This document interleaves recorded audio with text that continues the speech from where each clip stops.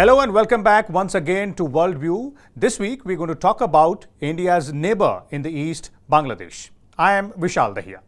All was well on the eastern flank up till a few months ago when the student protests led to toppling of Awami League government on 5th of August 2024 and Prime Minister Sheikh Hasina then fled to India.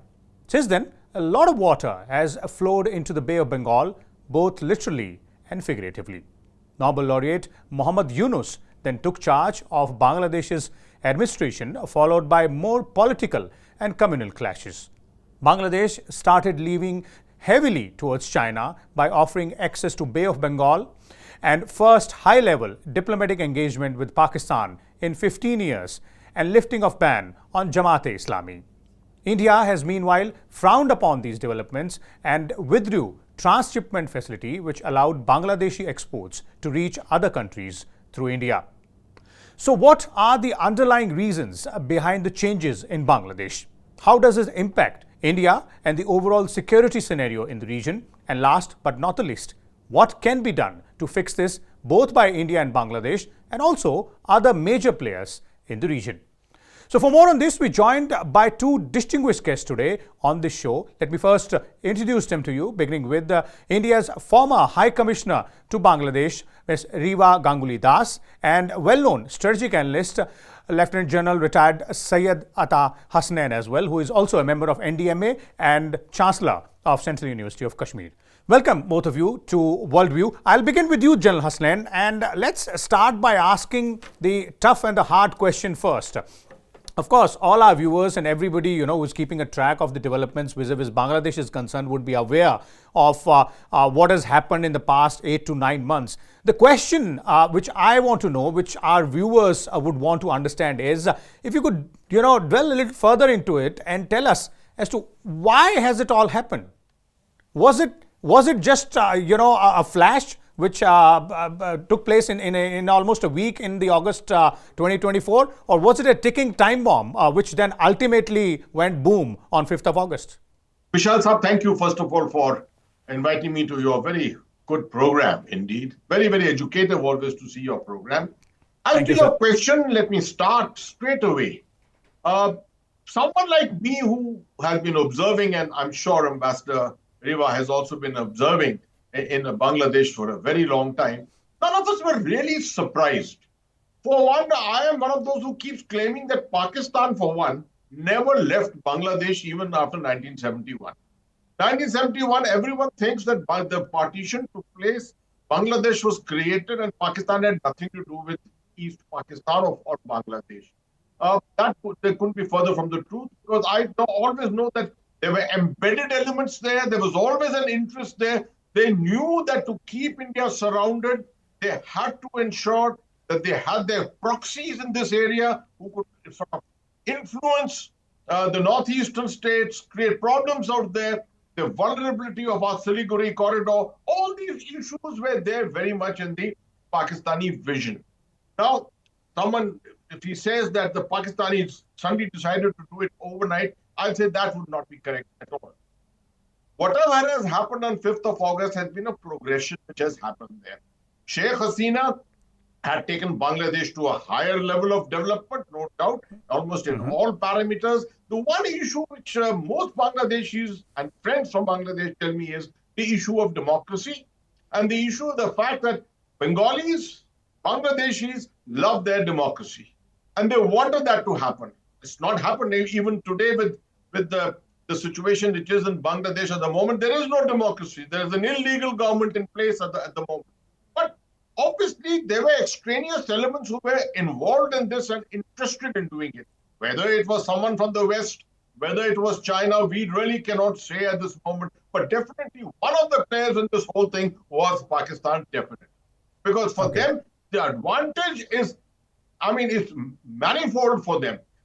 The weaknesses they have on the West are all overcome with India looking completely east also, which means that now India has got a three-front to look at: the Western front, the Northern front, and an Eastern front. And this is the manner in which a security analyst would look at this issue. Okay, fair enough. Let me bring in, Ambassador Das here as well. Ambassador Das, you've had a very, significant tenure, and I would term it as a successful tenure as India's representative in Bangladesh, in Dhaka, as India's High Commissioner. Now, we would like to understand as to, how did this all happen? Was it brewing up all along? And as General Hasnain is pointing out that, both China and Pakistan have been waiting in the wings to get a foothold in that country. And they finally managed to do so. Is that what it is? Thank you. Thank you for inviting me to this program. Yeah, to some extent, I think, our China and Pakistan will always look for an opportunity where, they can make, they can create difficulties for us. And as General Hasnain said, that, pockets of Pakistani sympathizer never really left. I think the country we know is sharply divided between, those who still have a nostalgia for what was East Pakistan, despite what the Pakistanis did in 1971. And, the sharp social difference then reflects in the political differences that are there. 5th August happened, as we know, it started off with a student-led quota movement. Students wanted equal opportunities in jobs, and which, because of the action taken by the police and the security forces led to a situation where, a lot of innocent people got killed, and that brought the government in a face-to-face confrontation with the student-led movement, as it is called. We have to accept that a lot of people joined that movement towards the end. And, there was basic dissatisfaction with the way elections had been conducted since 2014. And people felt that, the various elections since 2014 were not really free and fair. BNP participated in 1 or 2 elections. It did not participate in the last election. Jamaat was not there. Jamaat has not been allowed. Jamaat has lost its registration as a political party, so it cannot really openly stand in election. So all in all, the perception amongst people was that it had not been free and fair. On top of it, there was again a perception of huge amount of corruption. Because a couple of things stand out here. The PN in Prime Minister's office, who made 400 crores and about which the government talked about quite freely. I don't know if you recall that, the body of an MP was found in Kolkata in very, very strange situations. And, later some very unsavory details about his life came out. So the general feeling was that this was a corrupt government, despite all that the government had achieved. And, I agree with the General Hasnain that, 10 years continuously of 6+% of growth, empowerment of women. Sheikh Hasina used to be invited for the World Economic Forum. It was the darling of the investors. All that was there, but I think the dissatisfaction with democracy was there, and certain elements which certainly took huge, advantage of the dissatisfaction amongst the people and played it up and made sure that, this kind of a event happened where an elected government had to leave and was replaced by this interim government. Okay. General Hasnain, you earlier spoke about the security aspect, the strategic aspect of it. Now, few things which have happened in the recent past, not long ago, and just say around a month or so or a fortnight or so only. And those are very critical elements. For example, Chief Advisor Mohammad Yunus's reference to chicken's neck, indirect reference to chicken's neck in India, or pointing out to China that they are the guardian of Bay of Bengal. That's one aspect. 2 reports coming in that perhaps China would be interesting in building air base within just 15 kilometers of India-Bangladesh border on the Bangladesh side. Third aspect is very frequent high-level visits from Pakistani intelligence agency ISI in the garb of training the Bangladeshi military personnel in the past month or so. So all these high-profile visits, these statements coming out, how does this move forward as far as security scenario is concerned? Because as you pointed out, India already has a busy border on the northern and the western front. Are we looking at a sort of a busier border on the eastern front also? Thank you, sir. Very, very apt questions, Vishal sir. And I'll start with your last question. Not yet. I would say that the eastern border is completely activated or something like that. Yes, when these kind of events happen across the border in any country, where acts which are not very friendly towards you happen to happen there. Obviously, everyone has to show some concern for it. But to come back to the main question, what really is happening in this area?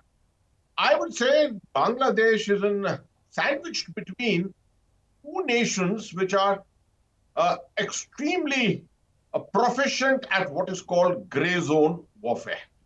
This is a terminology which is often used in the world today, where someone who's subjected to gray zone warfare never realizes who is his enemy, what is happening against him, what are the objectives of his enemy, how is he getting entrapped in it. He has no idea about it. So mostly it is influence, mostly it is social media and things of that kind, hybridity of warfare which comes into being. So basically, correct me if I'm wrong, General Hasnain. I'm jumping in between. But does it look like, or can it be termed as sort of a PSYOPs headquarter for these two nations we are referring to, China and Pakistan? In many ways, yes. It's just a question of semantics. I would 100% agree with you that it's a question of influence operations. It's a question of information warfare, if one wants to put it more crudely, right? But you're absolutely 100% right. This is psychological. This is, it's not necessary for Bangladesh to put two divisions on the border to make us wake up. It can happen with just a couple of social media messages going out, number of speeches by politicians here and there, some issues being raked up by the Jamaat-e-Islami. All these kind of things are picked up today by the media, by the international media, by intelligence agencies. Everything is under pickup and these are assessed. And these create threats in the mind. And I must tell you that threats in the mind are more dangerous than threats on the ground today. So what my assessment is that what is happening is that Pakistan's ISI, which you've seen in the last 3 or 4 months, has been frequently visiting this area. And they've been particularly visiting the areas of their interest. If you see places like Kishanganj, they've gone to Chittagong, they've even come to Lal Munir Hat and places like that. All this is to show a projection. These are our areas of interest. And now when the chief advisor suddenly wakes up and starts speaking about the Siliguri corridor and about the chicken's neck, now this starts making sense. That obviously all this is happening is to try and project a threat towards the Siliguri corridor and show us our vulnerability, show the mirror to us.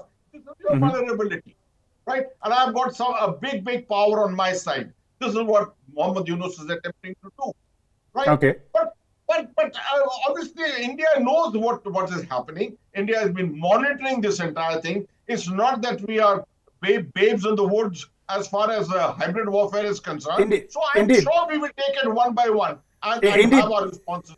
We will come to the India's response part a little later, General Hasnain. You're moving in the right direction. But meanwhile, let us have a viewpoint from Ambassador Das here as well. Ambassador Das, it was wonderfully going well. 1971, India helps Bangladesh to attain freedom. Then we quietly move out. We don't keep our claws into the landmass out there, just like our other neighbors want to do. And then diplomatic relations also moved ahead wonderfully. Economic relations as well.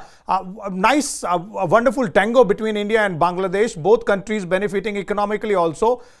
How does this help Bangladesh? The big question is why is Bangladesh unable to look at the larger, bigger picture that antagonizing India might not be in their, and definitely not in their larger interest, or is there something else brewing which perhaps nobody else is able to look at? I think it's a very good question, and I really wish I knew the answer because the compulsions of economic collaboration, cooperation, and having more connectivity in the South Asia region, and particularly in this particular region, the where initiative like the BBIN had started with Bhutan, Nepal, India, and Bangladesh.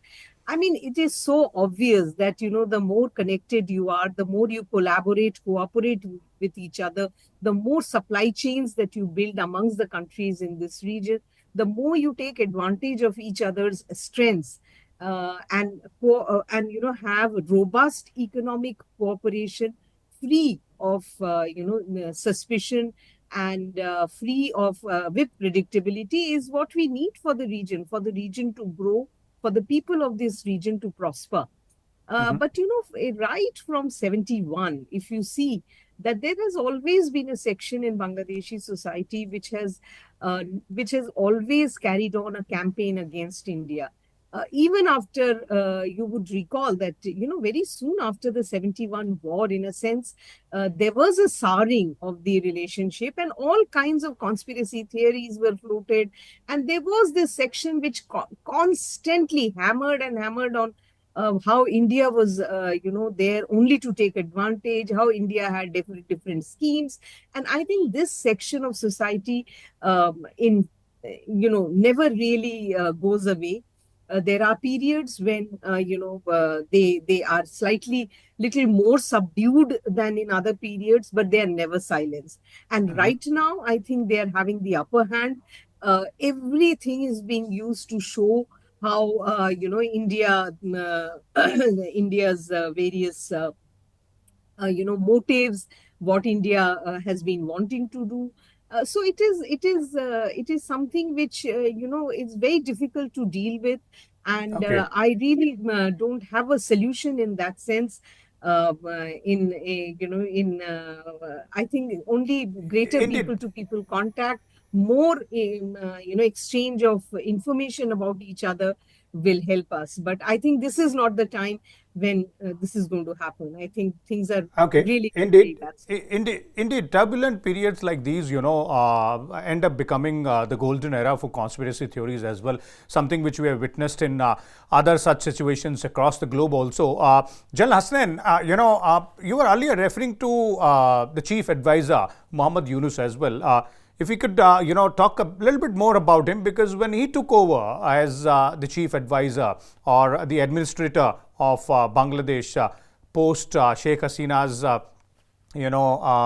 move to India and her Awami League government being toppled in August last year, there were a lot of hopes. He's a Nobel Laureate after all. People were hoping that he'll, finally sort of take Bangladesh to larger heights, to peace, order, perhaps more, prosperous relations with its neighbors as well. But in the past few months, the scenario seems to be exactly opposite. His overt support to more hardcore Islamist agenda-carrying organizations in the country. One leaning towards China, making those statements, trying to provoke India, reaching out, or rather holding a hand out for Pakistani intelligence agencies as well. Communal clashes, political clashes as well, clamp down on other political rivals. Is he actually in control? Thank you. Again, a very, very good question. And may I start this part of the intervention by saying, first of all, I endorse everything which Ambassador Das just mentioned. I entirely agree with her assessment.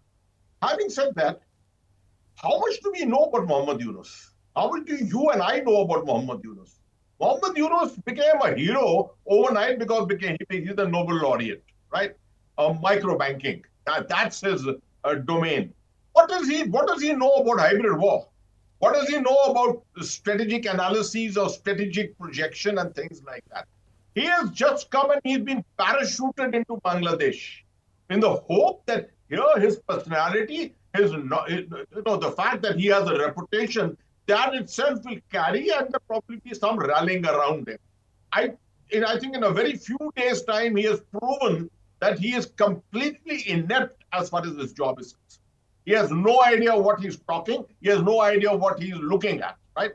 Behind him is this complete hand of the radicals who are actually in control of Dhaka today. And those radicals are under the control of the ISI from Pakistan. Now, you may think that I am getting very, very unfair on Pakistan in all my projections and analysis. But this remains a fact that Pakistan, that within 2 months, you found the ISI moving into this whole thing, as if the grounds had already been prepared for this entire episode. And Muhammad Yunus is just a player in it. He goes to China and makes a statement out of the blue. I've already made my summary on that. I've given you my conclusion as to why this was all being done. So obviously he is not in control. There is someone else behind it, and we know who's behind it. It's the radicals who are all behind it, and it's not going to be easy getting rid of them. Okay. And Mr. Das, we're talking about several players here, China, Pakistan, the hardcore fundamentalists in Bangladesh, India's interests as well. One player, which nobody seems to be talking about, and we would be very keen to understand because you've been there as India's representative. You've been, privy to what exactly has been happening in Bangladesh as far as diplomatic issues are concerned. What is Russia's angle here? Do they still have a foothold in Bangladesh, or are they still, are they too busy with their Ukraine saga? Well, they are busy with Ukraine, I would think. And, they do have this huge Rupur nuclear power plant, which is a Russian, Russian project I think it's the only big, large project that the Russians are doing in Bangladesh. As far as I know, Bangladesh doesn't buy too many arms and ammunitions. Most of their army, all the three branches of their government are the armed forces are heavily dependent on the Chinese. Only towards the later years during Sheikh Hasina's regime did they start buying equipment from the Europeans, Turkish, etc., Turkey, Swedes, etc. So the Russians are very much there. And I think recently, I am not sure, I think recently there was some kind of discussion between them and the Bangladesh government on the loan payment arrangement also, because that loan is a heavy drain on Bangladesh's, finances. And it is a prestige project. The Rupur power plant is a prestige project. It was roundly criticized that, Bangladesh doesn't need such expensive nuclear energy. But be that as it may, the government went ahead and went in for this project. So that is really one very important thing that's happening between the two countries. But I have never, I'm not very sure whether they are particularly involved in internal politics of Bangladesh. One does see. In fact, if you look at the Chinese still a couple of years back, till they persuaded Bangladesh government to sign up to BRI, they were not really very much into, you didn't see them. Yes, indeed. They were behind the scenes kind of player.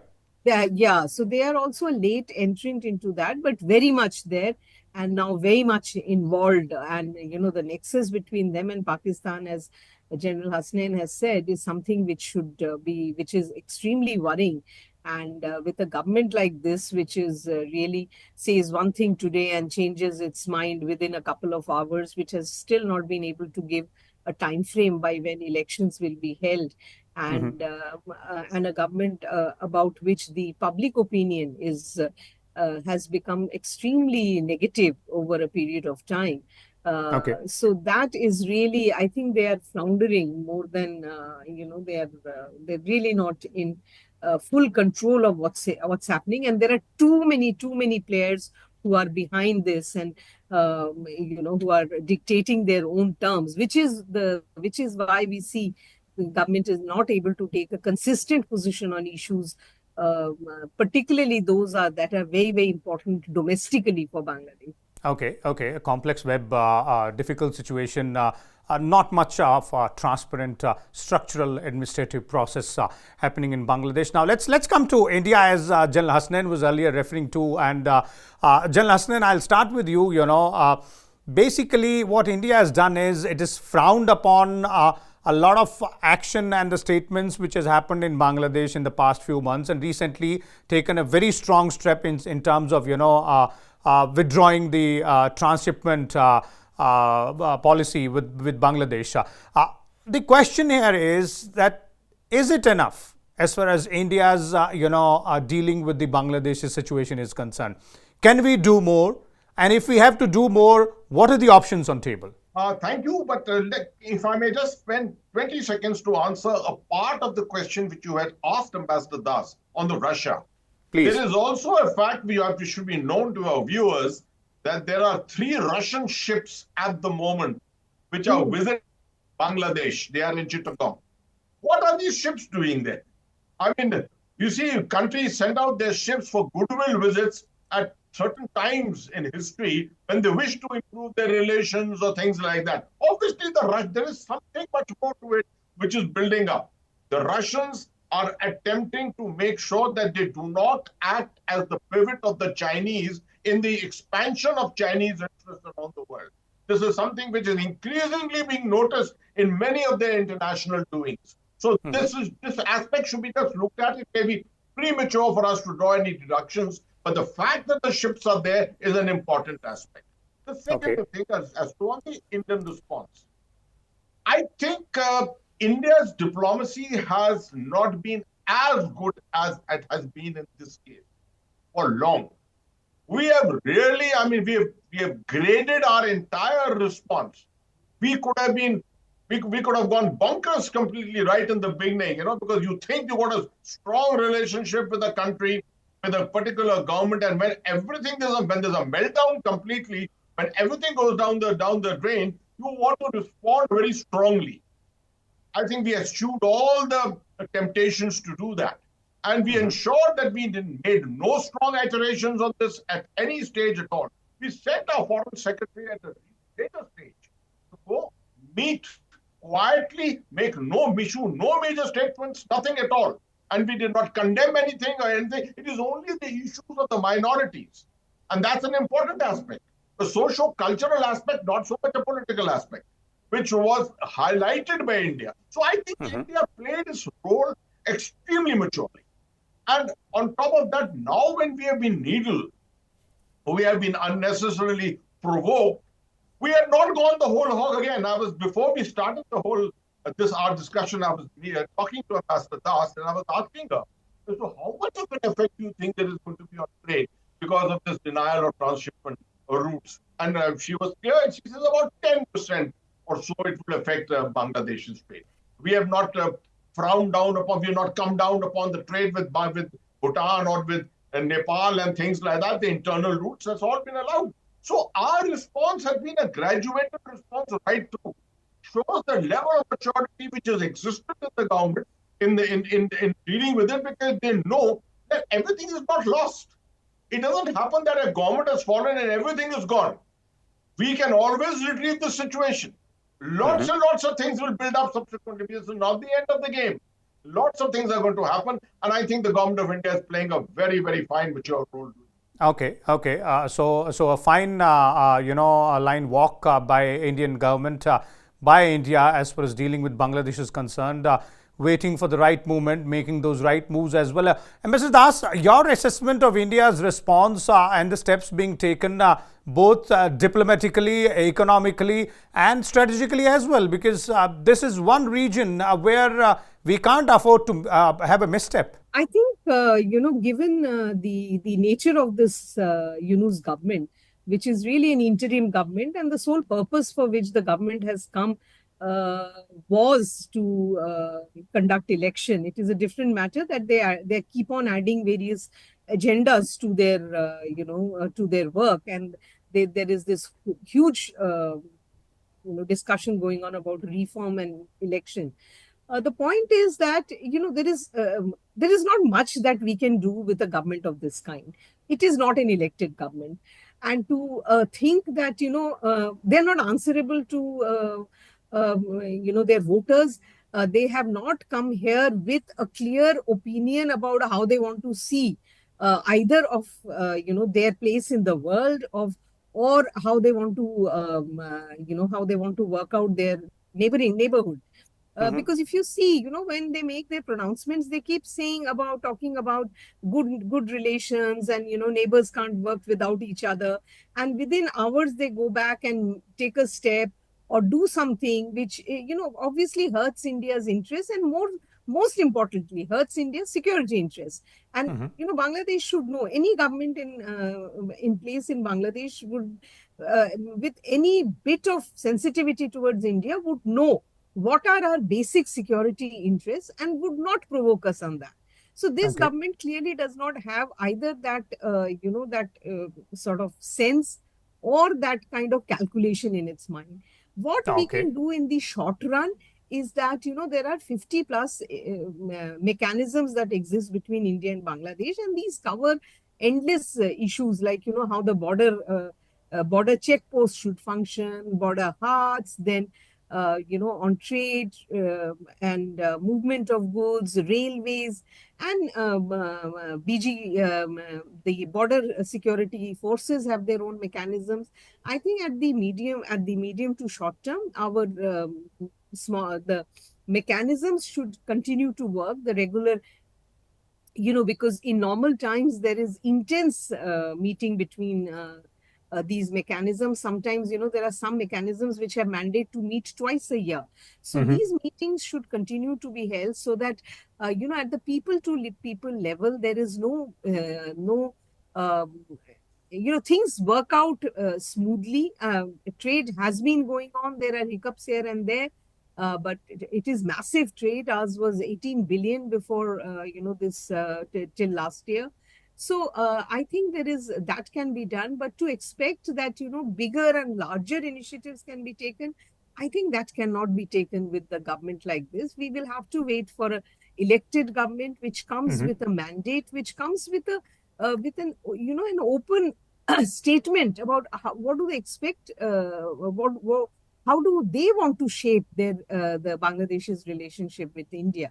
I Okay. think this government is taking too many steps. It's just here and there, and I don't think any long-term discussions can be held, which can have long-term impact on the relationship. Okay, so clearly keeping the channel of communications open, wait and watch, letting the displeasure be known over issues which are of real important significance to India, and perhaps again, as Mr. Das is pointing out, that wait for the right set of people, for the right kind of government, that is democratically elected government, to take charge of Bangladesh. Might be looking forward to that. Thank you so much, Ambassador Das and General Hasnain as well, for sharing your important inputs, valuable points you made out there, both of you, in trying to make us and our viewers understand the situation in Bangladesh, whys and hows of it, and also what might be in store, not only for Bangladesh, but for India and other neighboring countries in this region also. Thank you so much once again for joining us on this show. We'll be back again, viewers, on Worldview with a different topic and a different set of experts. Till then, keep watching Dialogus. Thank you.